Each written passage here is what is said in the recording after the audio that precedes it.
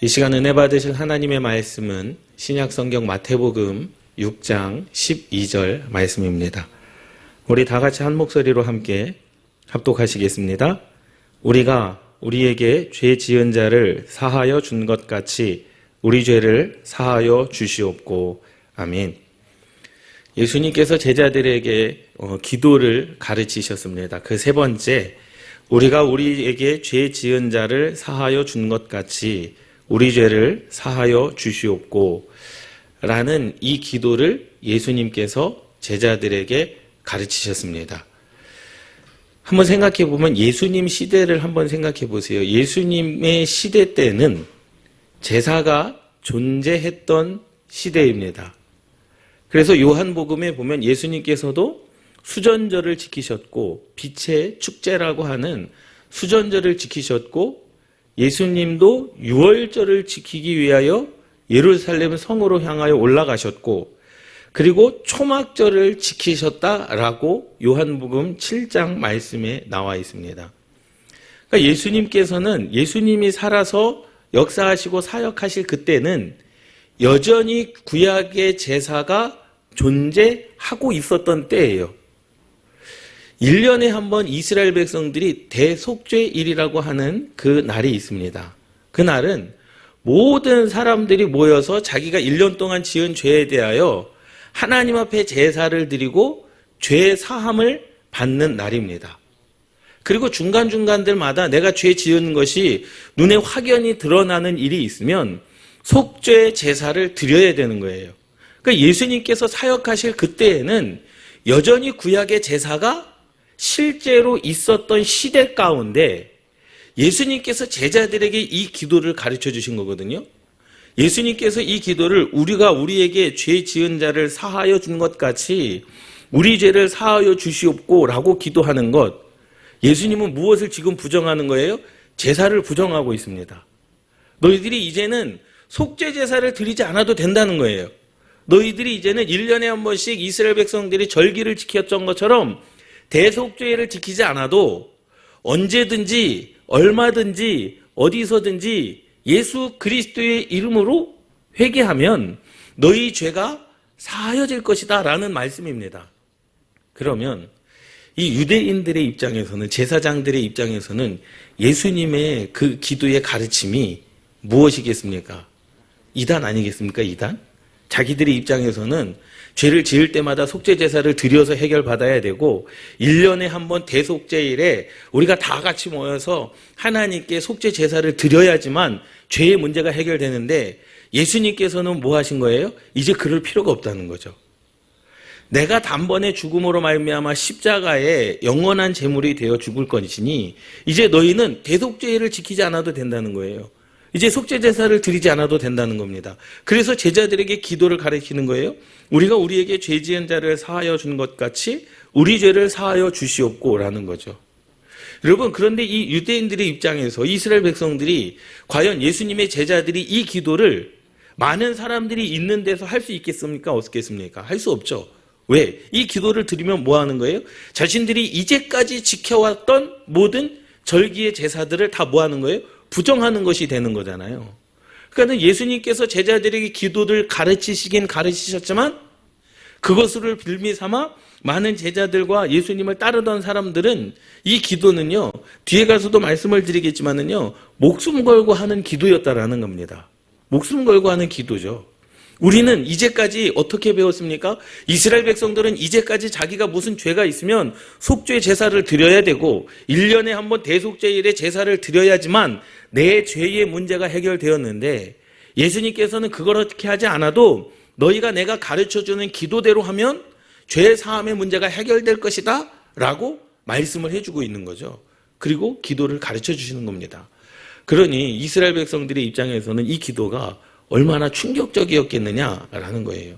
뭐 이제까지 앞에서의 기도는 하나님 영광 받으시고 하나님의 이름이 거룩히 여김을 받으시오고 하나님의 나라가 이 땅 가운데 임하시고 일용할 양식을 우리에게 주시옵고 그것은 다 나와 하나님과의 관계 속에서 이루어지는 일이지만 이제는 이 예수님께서 죄를 사하여 주시는 그 기도, 이것은 무엇을 말씀합니까? 예수 그리스도의 십자가를 말씀해 주고 있는 줄 믿습니다. 그러니 이 기도는요, 굉장히 그때 당시에는 충격적인 기도일 수밖에 없습니다. 그 내용을 한번 보도록 하겠습니다. 이웃의 죄를 서로 용서하고 용서받은 것처럼 하나님께서 자신의 원죄를 용서하여 달라는 것입니다. 히브리인들은요, 1년에 한 번 대속죄일을 맞이하는 마음의 준비가 필요했습니다. 하나님께 죄 용서를 받기 위해서 동료와 형제에게 지은 죄를 용서하고 용서받아야 합니다. 왜냐하면 형제와 동료의 죄를 용서하지 않거나 용서받지 못하면 하나님의 용서를 받을 수 없기 때문입니다.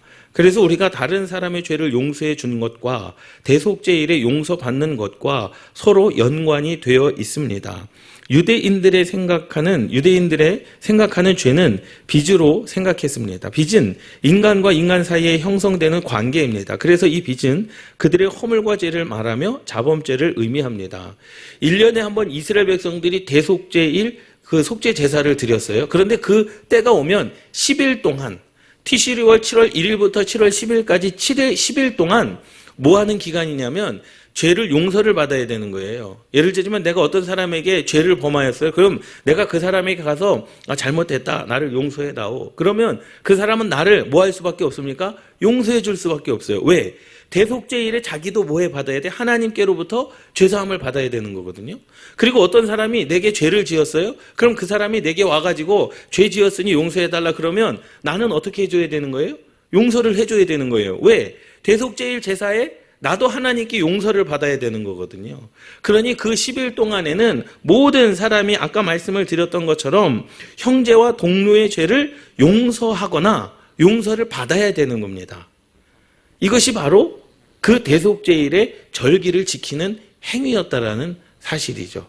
그런데 예수님께서 우리가 우리에게 죄 지은 자를 사하여 준 것 같이 우리 죄를 사하여 주시옵고 그 말은 이제 앞으로 죄 안 짓겠다라는 결단도 포함이 되어져 있는 줄 믿습니다. 이어서 나가도록 하겠습니다. 십자가의 대속의 은혜를 입은 자가 이웃의 허물을 용서하지 않으면 자신의 공동체의 이름을 더럽히고 수치를 당하게 됩니다. 그리고 그 죄는 영원히 용서받을 수 없는 수치가 됩니다. 자신이 부정하지 않으려면 이웃의 허물을 용서하는 마음이 간절히 필요합니다. 십자가에서 꿰찌름을 당하고 창에 꿰뚫린 예수 그리스도의 은혜를 사모하는 자들은 반드시 복음의 말씀을 배반하지 않고 용서하면 마음의 빚을 갚게 되는 것입니다. 아멘. 그래서 이스라엘 백성들이 생각하는 히브리인들이 생각하는 죄는 빚이었습니다. 빚. 내가 저 사람의 빚을 졌다는 거죠.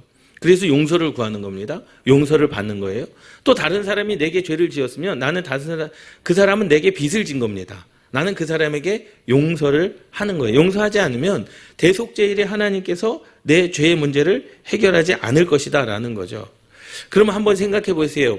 대속죄일은요, 평생에 한 번 있는 것이 아니라 매년 있는 거예요. 1년에 한 번씩 대속죄일이 있습니다. 그리고 1년에 한 번씩 용서를 구하고 용서를 받는 기간이 10일 동안이라는 기간이 있습니다. 그러면 생각해 보세요. 저 사람이 내게 죄를 지었어요. 근데 나는 아직도 그 용서할 마음이 없어요. 용서할 마음이 없어서 그래 내년에도 대속죄일이 있으니까 이번에는 용서하지 않고 내년에 가서 용서해 줘야겠다라고 하면 그것은 뭐가 되는 거예요? 그것은 무효가 되는 겁니다. 그래서 아까 전에 말씀을 드렸던 것처럼 그 죄는 영원히 용서받을 수 없는 수치가 됩니다라는 거예요. 그러니 꼭 그 해에 그 모든 죄를 다 대속함을 받아야 되는 거죠. 내년까지 기다릴 수가 없다라는 겁니다. 올해 내가 용서하지 않음을 가지고 대속죄일을 지나가지고 다 내년까지 기다린다? 그러면 그 죄는 용서함을 받지 못하는 뭐가 되는 거예요? 수치가 된다라는 거죠.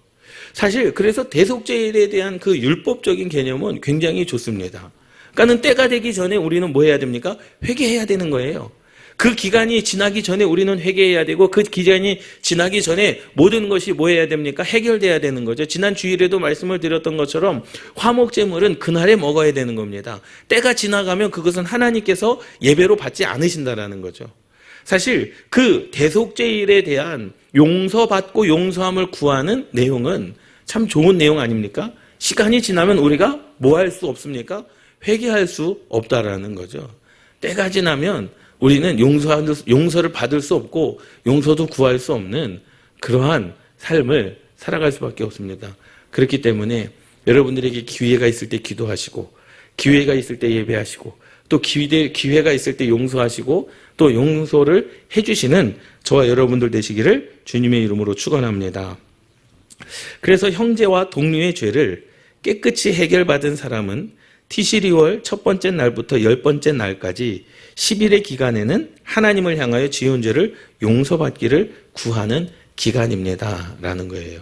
대속죄일은 1년에 한 번 있습니다. 그래서 이 기간 동안에 이스라엘 모든 백성들이 다 용서하고 용서를 받는 그러한 기간이죠. 우리의 죄의 무게 중심은 하나님과의 관계에서의 인간 허물을 서로 용서하지 못하는 자들은 하나님께 용서받을 자격도 없으며, 하나님의 용서가 해결되지 않는 자들은 이웃의 허물을 용서할 의지조차 없다는 것입니다. 이 죄는 자범죄를 의미합니다. 사람들이 이웃을 용서한 그 반복적인 죄를 현재 완료로 사하여 달라는 것입니다. 그리고 그들의 죄를 더 이상 생각하지 않으며 완전히 용서함 같이 하나님의 완전한 용서를 구하라는 것입니다. 그래서 예수님께서 우리가 우리에게 죄 지은 자를 사하여 준 것 같이 우리의 죄를 사하여 주시옵고, 이 말씀은 언제까지 기다릴 필요가 없는 겁니까? 1년에 한 번 대속죄일까지 기다릴 필요가 없는 거예요. 그래서 속죄제사를 드릴 필요가 없는 겁니다. 왜? 언제든지 얼마든지 어디서든지 그 순간에 용서함을 받고 용서를 해주고 하나님께 죄사함을 위하여 기도하라 라는 말씀인 줄 믿습니다. 할렐루야. 얼마나 큰 은혜입니까? 생각해 보세요. 지금도 제사가 살아있다라고 한다면 우리는 그때마다 하나님께 제물을 가지고 바쳐서 제사를 드려야 되고 내 죄의 문제를 해결해야 되지 않습니까? 그런데 복음서에 보면 예수님께서 단번에 죽으심이 되셨다. 그리고 대속물이 되셨다. 영원한 대속물이 되신 거예요. 한 번 죽으셨는데 그 대속물이 영원한 대속물이 되셨다는 겁니다.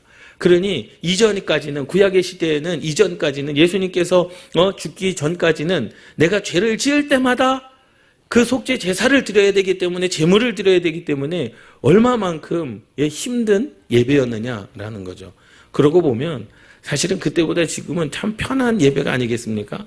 그리고 1년에 한 번 모든 죄를 사하여 주고 사함을 받고 대속죄의 그 기간 동안에 하나님께 다시 제사를 드리는 그 번거로움이 얼마나 힘들었겠습니까?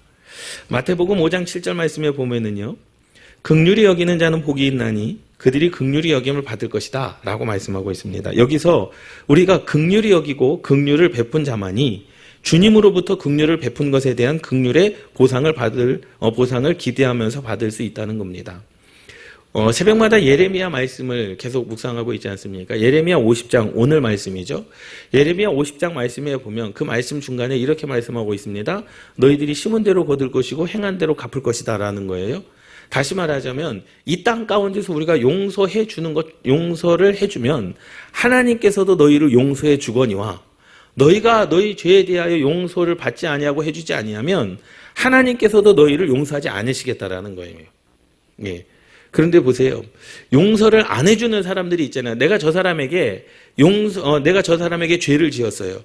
그래서 나는 용서받을 마음으로 가가지고 그 사람에게 용서해 주십시오. 내가 잘못했습니다. 그럼 그 사람은 당연히 뭐 해줘야 되는 거예요? 용서를 해줘야 되는 거예요, 저한테. 근데 그 사람이 용서를 안 해줍니다. 이럴 때는 어떻게 돼요? 내 죄가 누구에게 전가되는 거예요? 용서를 해주지 않는 그 사람에게 전가되는 거죠. 하나님께서는 용서한 자, 용서를 구한 자에게 은혜를 주시는 줄 믿습니다. 할렐루야. 그래서요, 여러분 용서하시기를 주님의 이름으로 축원합니다. 혹 여러분들에게 가슴 아프게 하고 힘들게 한 사람들이 있다라고 한다면 여러분 그들을 용서해 주시기를 주님의 이름으로 축원합니다. 하나님께서 여러분들을 책임져 주실 줄 믿습니다. 그래서 마태복음 5장 7절 말씀처럼 긍휼히 여기는 자는 복이 있나니 하나님의 긍휼을 받을 것이다 라는 거죠. 그래서 하나님의 긍휼을 말할 때는 히브리어로 사랑하다, 불쌍히 여기다의 뜻입니다. 하나님께서는 나를 긍휼히 여기시고 나의 모든 죄를 용서해 주셨습니다. 그렇다면 나도 다른 사람을 긍휼히 여겨 용서할 수 있는 마음을 가져야 하는 것을 말씀하는 것입니다. 긍휼히 여겨 나에게 죄 지은 자를 용서하는 사람은 하나님으로부터 복을 받아 긍휼히 용서함을 받을 것을 의미합니다. 만약에 다른 사람을 용서하지 않으면 하나님으로부터 나도 용서함을 받을 수 없게 되는 것입니다. 그래서 예수님께서 비유로 말씀하신 적이 있어요. 비유로 주인에게 그 돈 있는 사람에게 100만 원의 빚을 졌거든요. 그런데 그 주인이 긍휼히 여겨서 그 사람의 100만 원의 빚을 다 탕감해 줬습니다. 그런데 그 사람이 100만 원의 탕감을 받은 사람이 그 문을 나서는데 그 앞에 자기한테 10만 원 꾼 사람이 있었거든요. 그런데 날짜가 돼도 그 10만 원을 갚지 않는 거예요. 그래서 그 100만 원 탕감받은 사람이 어떻게 하는 겁니까? 10만 원 꺼간 사람을 옥에 가두고 그 사람이 그 가족들이 그 돈을 다 갚을 때까지 풀어주지 말라는 거죠. 그것을 누가 들어요? 100만 원을 탕감한 주인이 그 얘기를 듣습니다. 그래서 그 사람을 뭐라고 이야기합니까? 악한 종이라 그러죠. 악한 사람이라 그럽니다. 생각해 보세요. 우리는요, 저와 여러분들은 정말로 죽을 수밖에 없는 사람들이었다라는 거예요. 그래서 생명을 담보로 우리는 뭐 한 거예요? 사함을 받은 줄 믿습니다. 예수 그리스도의 생명을 담보로 우리는 사함을 받은 거예요. 그러니 어떻게 보면 우리는요, 세상 가운데 용서하지 못할 것이 없는 줄 믿습니다. 할렐루야. 세상 가운데 용서하지 못할 게 없어요. 다 용서해야 돼요. 왜? 우리는 이미 예수 그리스도의 생명을 담보로 우리는 죄 사함을 받은 거기 때문에 그것보다 더 큰 죄가 어디 있겠습니까? 그것보다 더 큰 그 죄의 무게가 어디 있겠습니까? 그렇기 때문에 우리는 예수 그리스도의 생명을 담보로 죄 사함을 받았기에 여러분, 마음이 힘들고 어려울 수는 있죠. 정말로 나에게 그 아픔을 주고 나에게 그 상처를 준 사람들 어떻게 용서할 수 있겠습니까? 그런데 그럼에도 불구하고 우리는 그에게 사랑을 베풀어야 할 사명이 저와 여러분들 가운데 있는 줄 믿습니다. 그리고 또 한 가지는요, 십자가를 경험한 사람들은 용서할 수 있습니다. 왜? 예수 그리스도의 그 십자가의 죽으심이 어떠한지를 알기 때문에 우리는 용서할 수 있는 그 마음이 저와 여러분들 가운데 있는 줄 믿습니다. 이 기도는 그들이 하나님의 원죄를 아무 조건 없이 과거에 이미 용서받은 자들의 기도입니다. 그러나 지금의 이 용서는 조건이 필요합니다. 그것은 형주의 죄를 용서할 수 있어야 하고 지속적인 기도로 하나님의 용서를 구할 때 이루어지는 것입니다. 이 조건이 충족되지 않으면 그들의 죄도 용서가 없습니다. 그러니 이 땅 가운데 우리가 사명, 하나님을 믿고 잘 섬기고 봉사하고 헌신하고 사명 감당하는 것도 중요하지만 이 땅 가운데 그리스도인으로서의 사명 무엇이냐? 바로 용서함에 있는 줄 믿습니다. 용서를 해줘야 돼요. 그것도 그리스도인의 사명인 줄 믿습니다. 할렐루야. 마태복음 6장 13절. 그리고 예수님께서 또 기도를 가르치십니다. 어떠한 기도를 가르치시냐면 6장 13절 한 목소리로 함께 합독하시겠습니다. 시작. 우리를 시험에 들게 하지 마시옵고 다만 악에서 구하시옵소서. 나라와 권세와 영광의 아버지께 영원히 있사옵나이다. 아멘. 두 가지를 말씀하고 있죠. 시험에 들게 하지 마시고 악에서 구하옵소서. 그리고 나라와 권세와 영광의 아버지께 영원히 있사옵니다. 라고 하는 그 기도를 가르쳐 주셨어요. 우리가 약하여 세상에서 죄짓기 쉬울지라도 세상의 시험에 빠지지 않게 간절히 기도하라는 것입니다. 그리고 악에서 구하여 달라는 기도의 요청입니다. 그러면 악에서 구하여 달라는 기도의 요청은 무엇일까라는 거예요. 시험은 병들어 고통받는 아픔의 시련입니다. 그 시험에 빠지지 않기를 간절히 기도하라는 것입니다. 또 하나의 의미는 유혹입니다.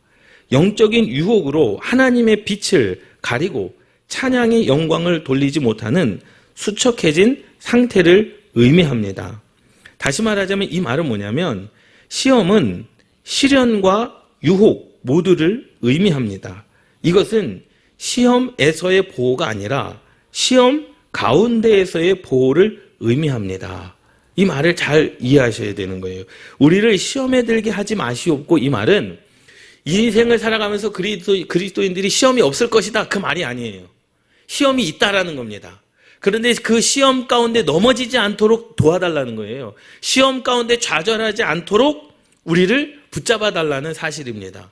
예수 그리스도를 믿어도요, 질병에 걸릴 수 있고요. 예수 그리스도를 믿어도요, 사업이 잘 안 될 수도 있어요. 예수 그리스도를 믿어도요, 사실 인생 가운데 승승장구하는 것보다도 실패하는 경우가 너무나도 많습니다. 그것이 시험입니다. 그런데 그 시험 가운데서 뭐하지 아니하도록, 넘어지지 아니하도록 붙잡아 달라는 기도입니다. 할렐루야. 우리는 이 기도가 필요한 줄 믿습니다. 그리스도인이라고 시험이 없고 유혹이 없는 게 아니에요. 시험도 있습니다. 유혹도 있습니다. 요셉을 보세요. 요셉은 하나님께서 꿈과 비전을 보여주셨어요. 형들의 단이 요셉의 단에 절하더이다. 이것이 하나님의 꿈 아닙니까? 그런데 그의 인생의 과정은 온통 시험이었습니다.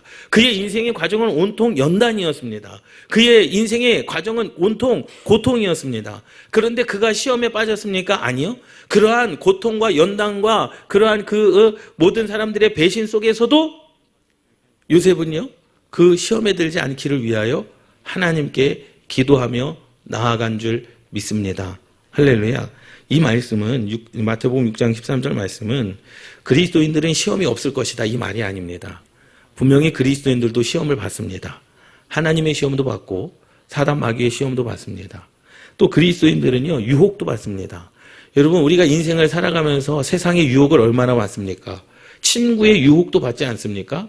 예? 세상의 유혹도 많이 받습니다. 죄의 유혹도 많이 받지 않습니까?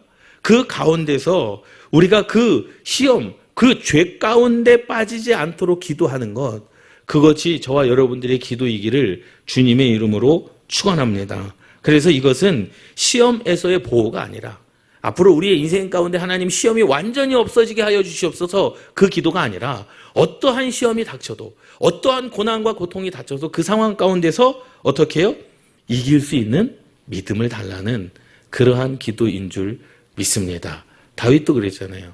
다윗도요, 고난의 연속이었죠. 사울로부터 말미암아 죽임을 당할 뻔하지 않았습니까? 도망자의 신세였습니다. 아들로부터 말미암아 죽임을 당할 뻔하고 도망자의 신세가 되지 않았습니까? 시련이죠. 고통이죠. 그런데 그 시험에 빠지지 않도록 그 고통과 그 유혹과 그 아픔 속에 좌절하지 아니하도록 어떻게 했습니까? 하나님께서 그를 보호하여 주신 줄 믿습니다. 어디에서? 시험 가운데에서. 이것이 중요한 거예요. 우리가 유혹 가운데에서도 이겨야 되고 시험 가운데에서도 하나님의 그 믿음의 보호를 우리는 기도해야 되는 줄 믿습니다. 할렐루야. 그러니 예수님이 가르쳐 주신 기도, 여러분 기도가 안 될 때 기도를 어떻게 해야 될까, 어디서부터 해야 될까 모를 때에는요, 이 예수님께서 가르쳐 주신 기도를 깊이 묵상하면서 하는 것, 하루에 100번이라도 1000번이라도 이 예수님이 가르쳐 주신 기도를 하면 우리는 이 땅 가운데서 우리는 승리할 수 있음을 믿습니다. 그래서 우리는 날마다 시험 가운데 살아가고 있습니다. 날마다 얼마나 많이 사람들이 우리를 유혹합니까? 세상에 그러한 문화들이 얼마나 우리를 유혹합니까? 자신의 의지로 빠져나올 수 없는 상태, 그러한 상태 가운데 오직 하나님의 능력을 믿고 의지할 때 하나님의 말씀의 능력이 우리 가운데 이루어지는 줄 믿습니다. 할렐루야. 할렐루야. 그래서 그것을 위해서 기도하십시오. 그리고 하나님의 능력을 믿고 기도하시기를 주님의 이름으로 축원합니다. 그리고 에베소서 6장 12절 말씀을 보면 우리의 씨름은 혈과 육을 상대하는 것이 아니요 통치자들과 권세들과 이 어둠의 세상 주관자들과 하늘에 있는 악의 영들을 상대함이라 라고 말씀하고 있습니다. 우리의 싸움은 사람들끼리 싸우는 싸움이 아닙니다. 할렐루야. 세상의 권세와 정사와 어둠의 세상 주관자들과 하늘에 있는 악의 영들의 괴계로 말미암아 이 세상의 사람들이 육체로 싸우고 있다라는 거죠. 이것은 악한 영의 역사이고 우리는 그 영역에서 빨리 벗어나야 되는 줄 믿습니다. 그리고 그들의 시험에 빠지지 않기를 우리는 뭐 해야 됩니까? 간절히 기도해야 되는 줄 믿습니다. 할렐루야. 세상에 보면 하나님께서 예수 그리스도의 피값으로 세우신 교회를 보십시오. 예수 그리스도의 피값으로 세우신, 제가 늘 말씀을 드리지만 왜 교회가 싸웁니까? 예수님께서 부활했냐 안 했냐 그 말씀 가지고 싸웁니까? 하나님께서 천지를 창조했느냐 안 창조했느냐 그 말씀 가지고 교회가 싸우지 않습니다. 교회가 싸우는 이유는 하나님의 말씀과 전혀 상관없는 교회 재정 때문에 싸우죠. 직분 때문에 싸웁니다. 누가 먼저 장로가 됐느니 권사가 됐느니 집사가 됐느니 그것 때문에 싸웁니다. 그것은 뭐예요? 바로 이러한 우리의 싸움은 세상의 권세와 정사와 어둠의 세상 주권자들과 하늘에 있는 악의 영들의 괴계로 말미암아 우리는 뭐를 싸우고 있어요? 육체로 싸우고 있다는 거죠. 그러니 우리는 분별해야 됩니다. 하나님의 역사인가 사단의 역사인가를 우리는 잘 분별해야 되는 줄 믿습니다. 그래서 다만 악한 자에게서 구해달라는 요청이에요. 다만 악에서 구하여 주시옵소서. 성경에 보면은요, 죄와 악이 있습니다. 그러니까 죄와 악은 무엇이냐? 죄는요, 눈으로 나타나는 현상입니다. 악은 마음 가운데 있는 거예요. 마음으로 짓는 죄는 다 악입니다. 그런데 그 악한 마음이 행실로 이렇게 몸으로 실천되어질 때 그것은 죄가 되는 거예요. 다시 말하자면 제가 내가 저 사람 사기쳐야 되겠다. 이것은 내 뭐예요? 악한 마음이죠. 그런데 그 악한 마음을 생각을 실제로 그 사람에게 어떻게 피해를 주고 사기를 치는 겁니다. 그것은 죄입니다. 그러니 악한 죄는 어디서부터 시작되느냐? 우리의 마음에 있는 악에서부터 시작되는 거예요. 저 사람이 잘 되는 것은 꼴을 못 보는 거죠. 그것은 뭐예요? 악인 거예요. 그런데 실제로 저 사람이 잘 되지 않기를 위해서 괴계를 꾸미고 사람들을 험담하고 저 사람이 못하도록 가로막고 하는 것이 바로 죄입니다.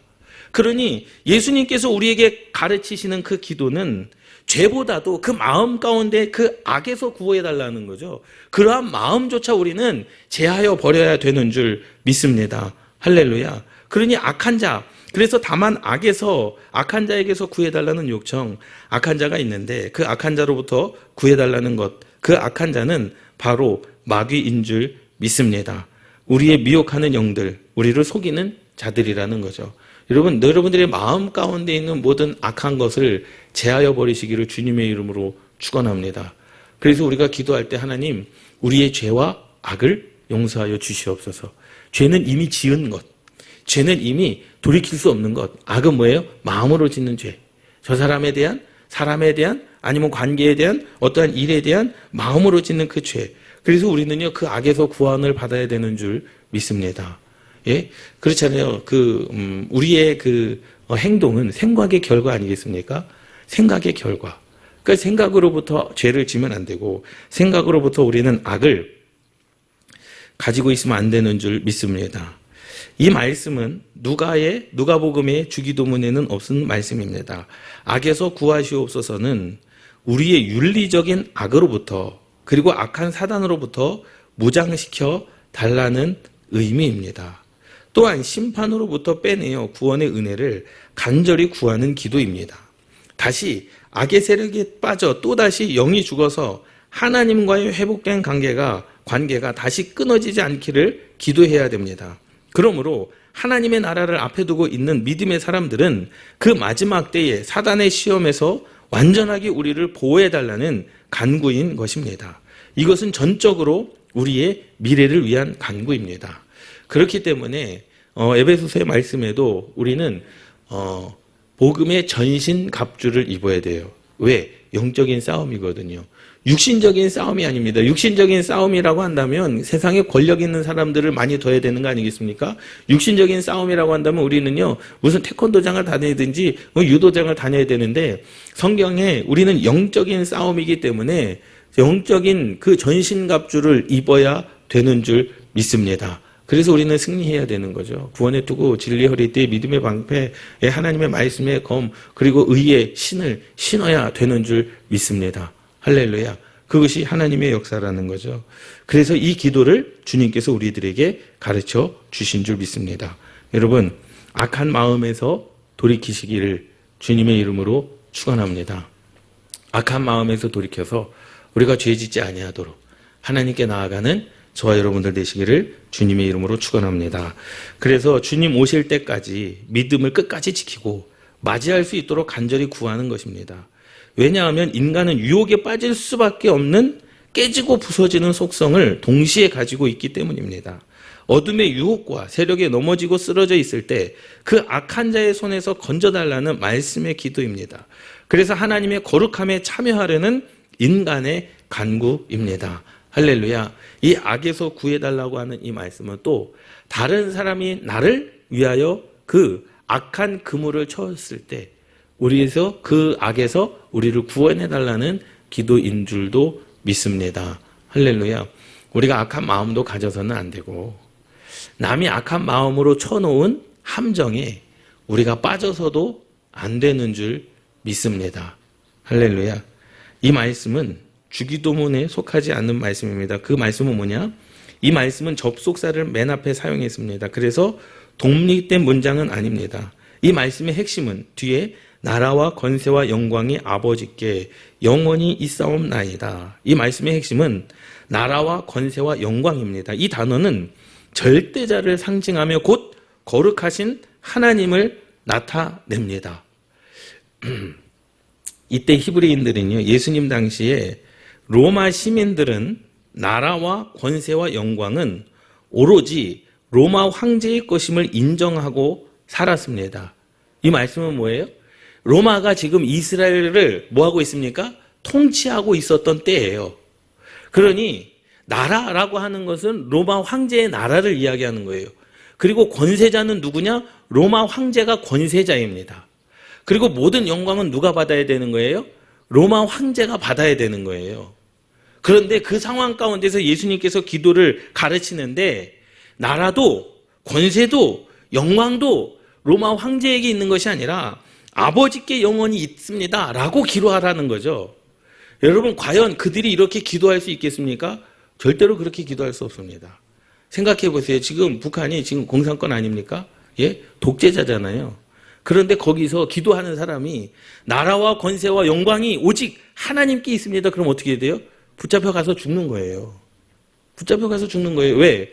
지금 독재자를 찬양해야 되는데 독재자의 권세도 독재자의 나라도 없다는 거죠. 나라는 하나님의 것이고 권세도 하나님의 것이고 모든 영광도 하나님의 것이다 라고 그렇게 기도를 가르쳐 주셨습니다. 그러니 이때 당시에 우리가 지금 볼 때는 예수님께서 가르쳐 주신 기도가 진짜 멋있는 기도다라고 하지만 과연 예수님께서 가르쳐 주셨는데 누가 이 기도를 그때 당시에 했겠습니까? 로마의 황제가 통치받고 있는 그때에 모든 나라는 로마의 황제 것이고 모든 권세도 로마의 황제 것이고 모든 영광도 로마의 황제 것인데 그 기도를 하다가 예수님께서 가르쳐 주신 기도를 하다가 들키면 어떻게 되는 거예요? 붙잡혀가는 거예요. 너가 황제를 무시하냐? 나라도 황제 것인데 하나님의 것이라 그러고 권세도 황제 것인데 하나님의 것이라 그러고 영광도 황제 것인데 하나님의 것이라 그러니 그 사람은 뭐 한 거예요? 죽어도 마땅한 거죠. 그러니 예수님의 기도는요, 지금은 우리가 쉽게 편안하게 기도할 수 있지만 지금 북한에 있는 기독교인 지하교인들도요, 이 기도는요 무서운 기도입니다. 생명을 바꾸고 하는 기도여야 되는 거예요. 왜요? 나라와 권세와 영광이 하나님 아버지께 있습니다라고 하는 그 고백이 정말로 어떻겠습니까? 목숨을 걸고 하는 고백인 줄 믿습니다. 그래서 우리는 감사해야 되는 줄 믿습니다.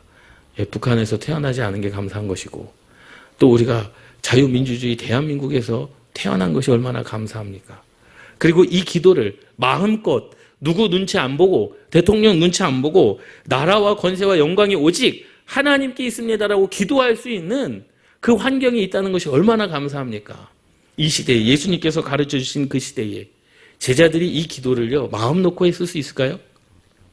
성령 세례를 받기 전에는요 제자들이 이 기도를 제대로 하지 못했습니다.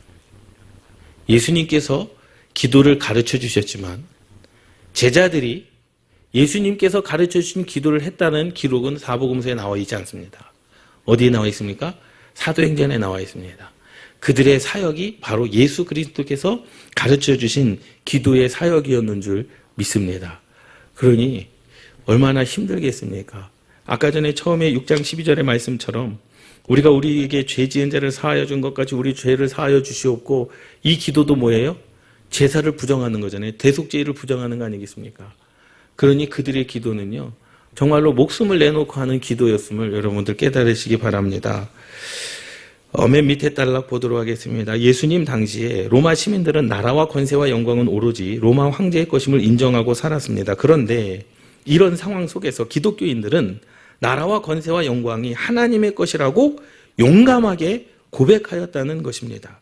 이것은 황제의 절대권을 부정하는 것입니다.